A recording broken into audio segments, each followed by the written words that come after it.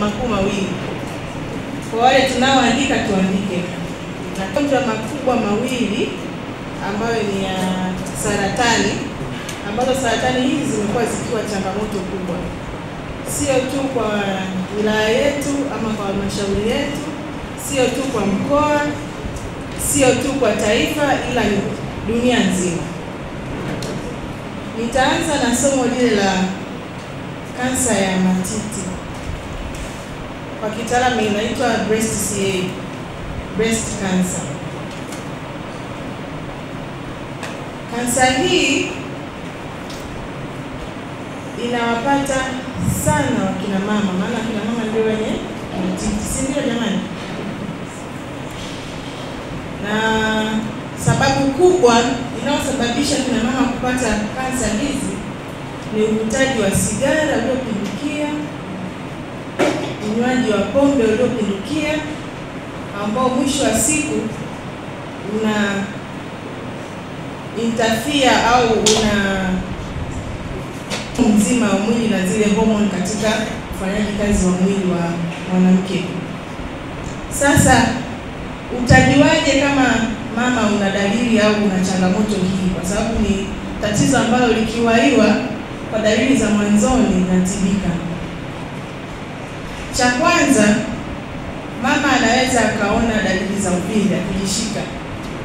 Mara nyingi baada ya kutoka katika zile siku za hedhi za mwanamke, anaweza akaanza kuona dalili za maumivu makali kwenye titi. Kwa hiyo inaweza ikawa moja au yakawa yote mawili. Kwa hiyo haina garantii kwamba unaweza ukapata moja au ukapata yote mawili, inategemea.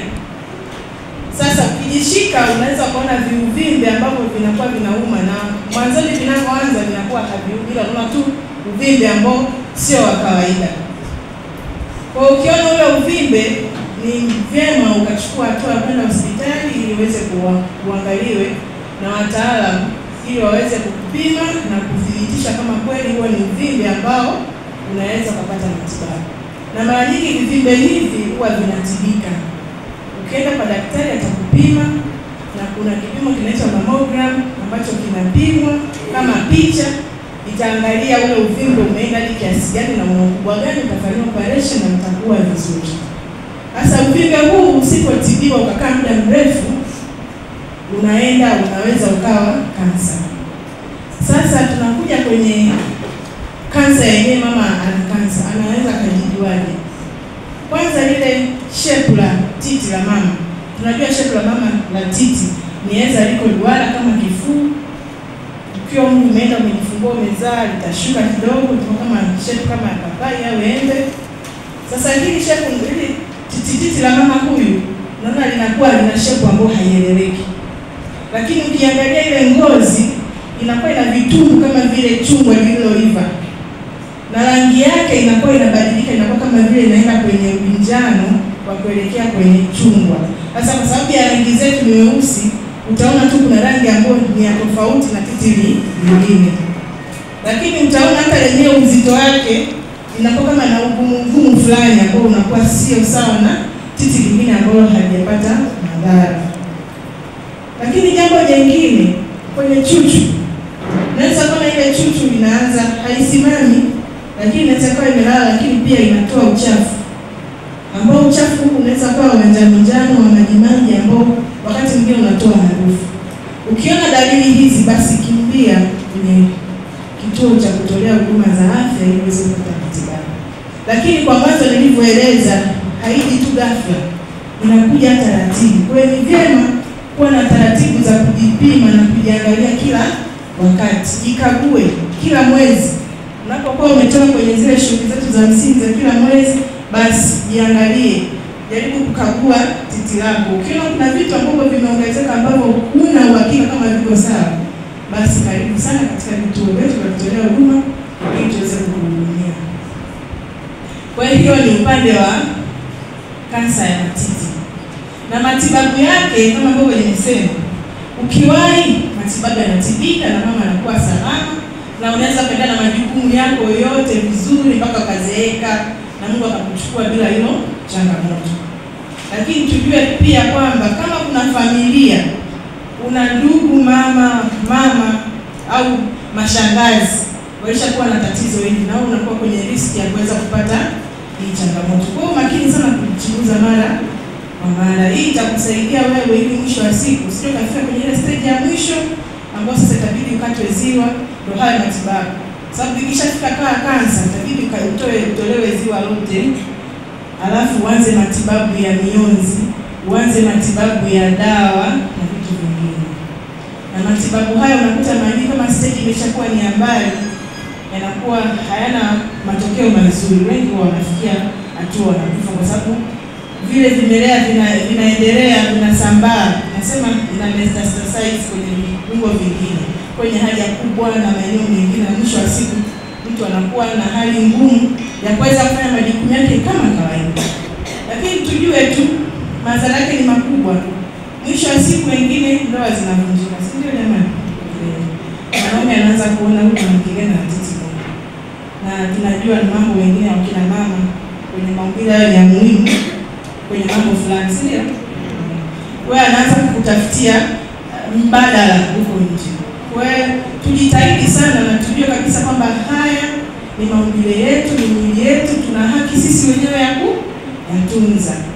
Kwa hiyo kwa upendo wa kansa ya matiti, kwa kifupi kabisa, kwa sababu ni somo refu, lakini kwa dakika zangu chache nilizopewa nitaongea kwa ufupi, nadhani tumeelewana. Kuna mtu ana swali hapo? Dalili za ugonjwa huu ni zile zile, hazichagui. Kinachokufanya wewe ambao bado kwenye ule mzunguko ni kwa sababu kuna mabadiliko fulani. Nadhani kama mnanielewa. Kuna wengine akikaribia kidogo kuna maumbile yanaongezeka kidogo na vitu kama hivyo. Lakini kwa yule aliyemaliza dalili ni zile zile. Chukua muda wako, jikague mara kwa mara. Kwa sababu tena wewe hutakuwa kwenye ile group la kwamba ukisubiri mzunguko ujichunguze. Kwa hiyo unachukua tu baada ya muda fulani kila mwezi unajichunguza na kuweza kujiangalia, kwa sababu ndio muda huo ambao kizazi. Ndio jamani? Tunasema kizazi kina mlango, tunakiita cervix kwa kitaalamu. Kwa ambayo inaitwa cervical cancer au cancer of the cervix. Sasa hii nayo ina mambo mengi, dalili ni nyingi na sababu ni nyingi. Cha kwanza tunategemea, ndio maana tunakemea vikali mimba za utotoni. Mimba za utotoni ni chini ya miaka 18, chini ya miaka 20, miaka 18. Lakini tunategemea kabisa tusimuone binti wa miaka 16 au 14 kushuka chini anapata ujauzito, kwa sababu tayari anakuwa ameshaanza yale mambo ya kiutu uzima, yaani mambo ya kujadiliana na mambo mengine. Sasa kabla ya miaka 16 maumbile ya mwanamke na kile kizazi kuna lea pale ambayo unakuwa bado haijakomaa, ambayo ikianza hizi shuruba za mahusiano yale yanasababisha kuleta kama itilafu fulani au kama mchunguko fulani ambao mwisho wa siku, kwa sababu ile sehemu haijakomaa, inakuwa prone au inakuwa kwenye hatari za kwenda develop au kwenda kuzaa au kwenda kwenye hatua za saratani. Kwa hiyo ni chanzo moja wapo. Lakini chanzo kingine ni uvutaji wa sigara uliokithiri, kwa sababu ile sigara ina sumu inaitwa nikotini. Ile nikotini ukivuta inatolewa kwa kule, yani inatoka kwenye sehemu ya mama, maumbile ya mama kule chini, ambayo kimsingi inasababisha cells zile za ule mlango kukua kupitiliza, mwisho wa siku kusababisha mavimbe ambayo mwisho wa siku ndio yanakuwa kansa. Watumiaji wa tumbaku, kuna kina mama wa zamani wanajua walikuwa wanatumia tumbaku kwa namna fulani ambayo sio nzuri, na ile nayo inasababisha. Kwa hiyo mwisho wa siku unakuwa kwenye riski ya kupata kansa ya shingo ya mlango wa kizazi. Lakini pia kujamiana na wanaume tofauti nayo inakuwa ni moja ya sababu ambayo vinakuweka wewe katika hatari za kupata kansa ya mlango wa kizazi. Kwa sababu gani? Wanaume wana virus yao kwa asilimia kubwa zaidi ya 70%. virus wanaitwa human papilloma virus, ambao ndio wameonekana kwa asilimia kubwa ndio chanzo cha kansa ya mlango wa kizazi kwa wanawake duniani kote. Na ndio maana kwa kuona hivyo serikali ikaanzisha chanjo ya HPV. Tunazisikia mashuleni kuanzia miaka 9 mpaka 14. Tulianza na miaka 14, lakini baadaye serikali ikaona tushuke tukapata hadi miaka 9. Wakichanja hiyo wanakuwa protected, yani wanakingwa na kupata janga hili. Na ndio maana kama wazazi, kama walezi, kama viongozi tuna haja ya kuendelea kusisitiza kule kwenye jamii yetu akina mama waruhusu watoto hawa wachanje. Na nashukuru kwa CMWC tuko vizuri na mtikio mkubwa, tujipigie makofi. Kwa hiyo kwa chanzo tunaongea tena kikubwa zaidi ya vile ambavyo nimevitaja ni hawa virus ambao wanaume wanawabeba, na kwa wao haiwaletei madhara. Kikubwa utakachokiona kwa mwanaume huyu utaona ana vinyama kwenye maeneo yake asili. Yaani tunataka watu wasipone vinyama kama visikusuku tunaendani. Vinyama fulani vinaota kama virefu au mwingine anakuwa kama vile vimaua fulani, yaani haieleweki huwa ni lakini vimetengenezwa na ngozi. Kwa hiyo ni dalili kwamba huyo mtu tayari ana hao virus. Kwa hiyo jambo jingine ni kujitunza na kuhakikisha hatujamii na wanaume wengi. Hii itatuweka salama katika kupata hao virus ambao watatuletea hizo shida. Kwa hiyo hizo ndio sababu kubwa ambazo zinaweza zikamfanya mama akapata hiyo kansa. Sasa dalili zipoje na utajuaje? Hii kansa ni kupiwa kwa makundi mbalimbali. Kuna kansa type 1, type 2 na type 3. Type 1 ni ile ambayo tunasema ni mild, haionekani. Kwa macho hivi huwezi kaona wala ukaweza kujihisi, ni ngumu. Na ndio maana tunashauri kila baada ya muda, miaka 3 mama, nenda kwenye kituo cha kutoa huduma za afya, ufanyiwe screen na huduma hii bure, haipiwi. Wewe unafanya screen, wanakuangalia, wanasema mama uko vizuri, endelea na maisha yako. Kwa unaendelea na utaratibu wako ule mzuri ili usiweze kupata kansa hii. Kwa hiyo ile stage ya kwanza ni kansa ambayo inatibika. Na unaijuaje? Watakapokufanyia kipimo tunaita pap smear, wataona kwenye mlango wa kizazi kile ambacho kama shilingi, si ndio jamani? Kina mama wataona kuna vidivision fulani kama vidoti kama vya vyeupe. Vile vinaashiria kwamba tayari umeshapata maambukizi, tayari umeshapata tatizo la hii kansa. Na hatua hii inatibika vizuri kabisa. Na mashine zipo kwa wilaya yetu, zipo, yaani kila sehemu serikali imejitahidi kwa kweli.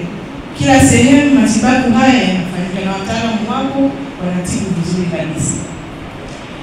Kwa hiyo kwa ya kwanza ni ngumu kujua. Hiyo utakapoenda utaambiwa, ndugu yangu, kuna dalili hii na hii tumeona hapako vizuri, kwa hiyo tutakuanzisha matibabu, tutaanza kufanya follow up. Baada ya miezi 6 unapima, mwaka unapima, mpaka utakapokuwa ile tatizo limeisha kabisa na wataalamu wameridhisha kwamba uko vizuri. Sasa stage ya 2 na ya 3 na hizo ambazo ni worse kabisa, ambazo sasa mama inakuwa ni changamoto. Cha kwanza, maumivu. Mama anakuwa anapata maumivu, na hasa mara nyingi maumivu anayopata wakati wa kujamiana na mwenza wake. Na mara baada ya ile tendo mama utashangaa damu zinatoka. Lakini pia kuna uchafu ambao unatoka ambao hauko sawa. Na wakati mwingine unafika hapo unaanza kutoa harufu kali kama usao kama nini, unakuwa unaanza kutoka kule. Ukiona dalili hizi basi jua nimefikia kwenye hatua mbaya ambayo bado nasisitiza kule. Hatuhitaji kuwa na mama anafika kwenye ile hatua. Kwa sababu tuna vifaa vingi, wataalamu wapo kwa ajili ya kufanya screening, kujua mama uko na changamoto ukiwa mapema kabisa. Lakini aidha sasa ndio hivyo imetokea, basi dalili zake ni mbaya ndio sio kama hivi. Na zinapoenda kabisa zinaenda mwisho wa siku zinakula ile sehemu ya uke mpaka inaenda kula mpaka kwenye sehemu ya haja kubwa. Unakuta mama akitaka kujisaidia yani hawezi kucontrol kile choo, kinatoka tu chini. Kwa hiyo ni tatizo ambalo ni kubwa na mbaya. Na madhara yake pia ndio hayo mengi, ndoa zinavunjika, baba atakukimbia